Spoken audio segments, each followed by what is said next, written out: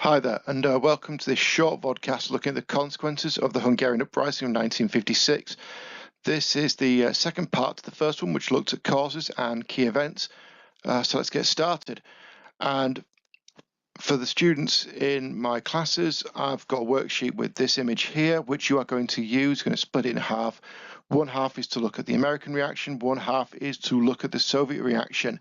So let's have a look at how the West reacted to the United States in particular. And to begin with, you have to understand that Nagy and the resistance fighters during the Hungarian Uprising expected the Western nations and the United States in particular to help, but they did not. Eisenhower, he offered sympathies for the Hungarian people. His relations with the Soviet Union soured. He talked about how critical he was of the Soviet Union's actions in Hungary. Western European nations took in refugees, and there was aid provided by America to support this, but there was little else. Now, clearly, the question is why? And the answer is because it didn't follow the policy of containment that was set down by Truman.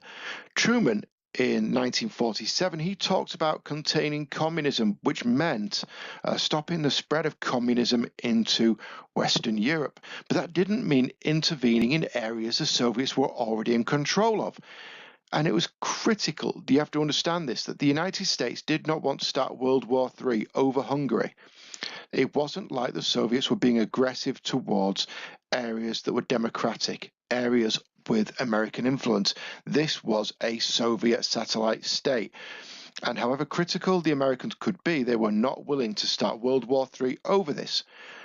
So if we take this further and understand how did the Soviet Union react and what were the consequences for the Soviet Union, well, it meant that Khrushchev's authority on Eastern Europe was a great deal more secure. He now had a really good example of what would happen if an Eastern European leader tried to break away from Soviet influence and control. He and all the other Eastern European leaders would know that there will be no support from the United States or its allies because of what happened in Hungary. Now, it could be argued that this therefore emboldened Khrushchev. He felt more able to threaten the West as a result, because he thought the United States would not want to take military action that could lead to a war. Now, that could help explain the Berlin crisis of 1961, which there are videos for, and the Cuban Missile Crisis of 1962, because what we see there is Khrushchev basically kind of goading the Americans into responses, looking for them to be able to back down, because he believes, like what happened in Hungary, they will not simply act in a military way. Now, obviously, thinking of your exam, a key question that could come up would be to explain two consequences of the Hungarian Uprising, or another one would be to explain the importance of it within US-Soviet relations. But let's have a look at this one. What I've done is I've given you one example, so this would get 4 marks. So I've said one important consequence of the Hungarian Uprising in 1956 was the lack of an American response. I've turned the question into my answer. That's my point.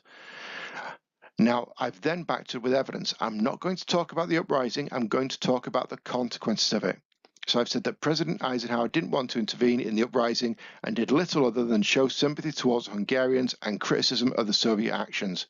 That's my evidence. That's my AO1. I've been specific. Now, AO2 is this next part. This was important because if I use sentences like that, it's guiding my examiner to know I'm explaining my thinking, which is the AO2. And I've said this was important because it showed the US policy of containment would not look to interfere in areas of Soviet control. This could have made the Soviets think the US were weak. So I'm explaining how that knowledge and understanding links back to this idea of a lack of an American response. What did it therefore mean? And I could use a similar element with regards to it, linking it to importance in international relations, about what did it therefore mean. Now, that's just one example. I would need a second one. So the best thing I could do there is go back into the video, have a look at the Soviet reactions or with Soviet consequences for the Soviet Union, pause it, and make a similar answer using the same sentence starters but this time looking at the Soviet response and the Soviet consequences of the Soviet Union. Okay, hope this has been helpful. As I said, it's a short vodcast, but hopefully it's going to be a useful one. If there are any questions, please feel free to comment, and thank you for listening.